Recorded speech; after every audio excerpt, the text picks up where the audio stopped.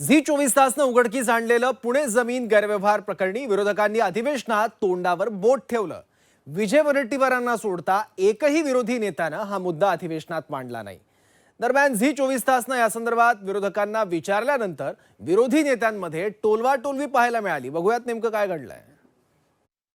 वैयक्तिक प्रश्नापेक्षा सामाजिक प्रश्नावर आणि सार्वजनिक प्रश्नावर जास्त भर दिला होता। म्हणजे तुम्ही हा वैयक्तिक विषय म्हणतात हेच मोठी मी सांगितलं ना की विजय वडेट्टीवारांनी हा 4 वेळा विषय काढला आणि आमचं समर्थन होतं।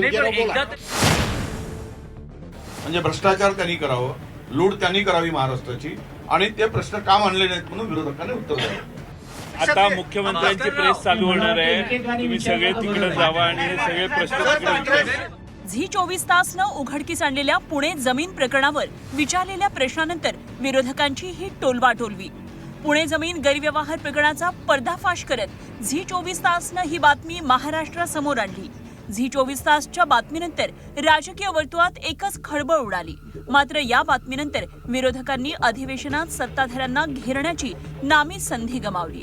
अधिवेशनाचं सूप वाजल्यानंतर विरोधकांच्या पत्रकार परिषदेत झी 24 तासच्या प्रतिनिधींनी अधिवेशनात पुणे जमीन गैरव्यवहार प्रकरणाचा मुद्दा उपस्थित का केला नाही म्हणून विचारलं। यावेळी विरोधकांनी टोलवाटोलवी करण्याचा प्रयत्न केला। भास्कर जाधवांनी तर थेट हा वैयक्तिक विषय असल्याचं म्हणत विजय वडेट्टीवारांच्याच हातात माईक दिला। मुंडवा जमीन गैरव्यवहार प्रकरणामध्ये विरोधक सभागृहात काही बोललेले नाही। हायकोर्टानं फटकारल्यामध्ये विरोधकांचा सगळ्यात मोठा मुद्दा होता। मुख्यमंत्र्यांचे चिरंजीव, त्यांची कंपनी आहे, त्यांच्या चिरंजीवांवर गुन्हा दाखल करावा अशी वारंवार मागणी होते आहे, पण तेवढी आक्रमकता सभागृहामध्ये दिसली नाही।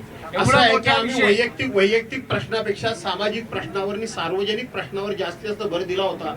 तरी देखील आमचे सहकारी विजयराव वडेट्टीवारांनी हा मुद्दा 4 वेळा सभागृहामध्ये काढला, कुणी काढलाच नाही असं म्हणणं भास्कर। झी 24 तासनं हा मुद्दा बातमी ब्रेक केल्यापासून लावून धरलाय। सातत्यानं या प्रकरणाचा पाठपुरावाही आम्ही करतोय। मात्र दुसरीकडे विजय वडेट्टीवार यांना वगळता इतर विरोधकांनी या प्रकरणासंदर्भात आक्रमक न होता तोंडावर बोट ठेवलं।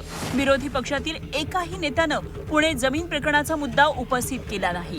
झी 24 तासनं केलेल्या प्रश्नाच्या सरबत्तीनंतर विजय वडेट्टीवारांनी यावर स्पष्टीकरण दिलंय। हा प्रश्न आम्ही लावूनच धरलेला आहे आणि पुढेही एक बिल तर स्पेशल महसूल विभागाने मुद्रांक शुल्काच्या आयुक्तांना असलेले अधिकार जे डेट त्याला आव्हान कोर्टात द्यायचं होतं त्या संदर्भातले पळवाट शोधली आणि मंत्र्यांच्याकडे अधिकार गेले।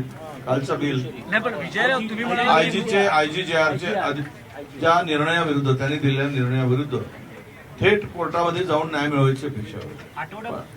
त्यामुळं हे सगळे जे आहे कोंढवा प्रकरण मी मांडला, कोंढवा प्रकरण मांडला असं नाही। विरोधक संख्येने कमी जरी असले तरी आम्ही प्रत्येक विषयाला भ्रष्टाचाराचे अनेक विषय मांडले, पण आता भ्रष्टाचारांची सवय झालेल्यांना उत्तर काय मिळेल। आधी वैयक्तिक विषय म्हणणाऱ्या भास्कर जाधवांनी पुन्हा एकदा पुणे जमीन प्रकरणाच्या मुद्द्यावर भाष्य केलं। मात्र यावेळी त्यांना हा मुद्दा प्राधान्याचा वाटला नाही। अधिवेशनाचा कालावधी कमी असल्यामुळे शेतकऱ्यांच्या मुद्द्याला प्राधान्य दिल्याचं भास्कर जाधव यांनी म्हटलं।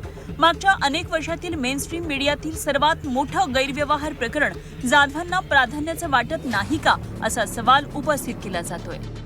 अतिशय अल्प कालावधी करता अधिवेशन असल्यामुळं आम्ही प्रायोरिटी जी होती ती ही शेतकऱ्यांना किंवा अतिवृष्टी झालेल्या भागाला, अतिवृष्टी झालेल्या लोकांना, मग कांदा असेल, गहू असेल, तुमचे शेत असेल, आंबा असेल, मासे असतील, सोयाबीन असतील, कापूस असेल, धान असेल, ज्वारी असेल, बाजरी असेल, ऊस असतील, केळी असतील, द्राक्षे असतील, याला आम्ही प्राधान्य दिले। मागच्या वेळेला आम्ही सर्वांनी एकीनं जे कृषी मंत्री होते धनंजय मुंडे, त्या धनंजय मुंडेंवर हल्ला केला। त्यांचा हल्ला म्हणजे शाब्दिक हल्ला, त्यांचं सगळं हे दाखवलं, त्यांचा राजीनामा झाला। काय झालं पुढे? जयप्रकाश जयकुमार गोरेवर आम्ही एवढे सगळे अटॅक केले, पुढे काय झालं? सरकारने त्यांना क्लीन चिटच दिली। त्यानंतर कृषी मंत्री माणिकराव कोकाट यांची जी काय वाक्य होती त्याच्यानंतर काय झालं? फक्त नावाला खातं बदललं।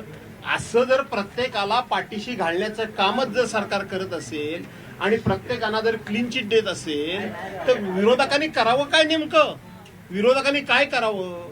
आपली अपेक्षा चुकीची नाही, आपली अपेक्षा चुकीची नाही. शरद पवारांचे राष्ट्रवादीचे आमदार जयंत पाटील यांनी देखील जमीन गैरव्यवहार प्रकरणावर बोलणं टाळलं. एवढ्या गंभीर विषयावर त्यांनी मिश्किलपणे भाष्य केलं.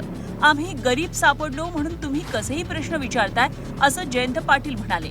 मुख्यमंत्री उपमुख्यमंत्र्यांना प्रश्न विचारा, असंही जयंत पाटील यांनी म्हटलं. मात्र हे प्रकरण झी 24 तासनं महाराष्ट्रासमोर आणल्यानंतर आम्ही सरकारलाही खडे सवाल केलेत, हे जयंत पाटील विसरल्याचं दिसतंय. तुम्ही आता विरोधी पक्ष नेत्याचं जेवढे झाले तेवढे सगळे प्रश्न विचारले. आता तुम्ही मुख्यमंत्री, 2 उपमुख्यमंत्री तुमच्या तावडीत सापडतील. तुम्ही आम्ही गरीब सापडलो म्हणून तुम्ही कसे प्रश्न विचारताय. तुम्ही आता तुम्हाला पाहिजे ते प्रश्न तिकडे जाऊन विचारा. पुणे जमीन गैरव्यवहाराची बातमी झी 24 तासनं समोर आणल्यानंतर या प्रकरणात चौकशी समिती स्थापन झाली आहे. उपनिबंधक रवींद्र तारू, शीतल तेजवानीला अटक झाली आहे. एक कर्तव्यनिष्ठ, निर्भीड वृत्तवाहिनी म्हणून झी 24 तास या बातमीचा पाठपुरावा करत राहणार. या प्रकरणातील दोषींवर कारवाई होत नाही तोपर्यंत आम्ही ही बातमी लावून धरणार. मात्र राज्यातील विरोधी पक्ष म्हणून याची जाणीव विरोधकांनाही असणं तेवढंच गरजेचं आहे. ब्युरो रिपोर्ट, झी 24 तास.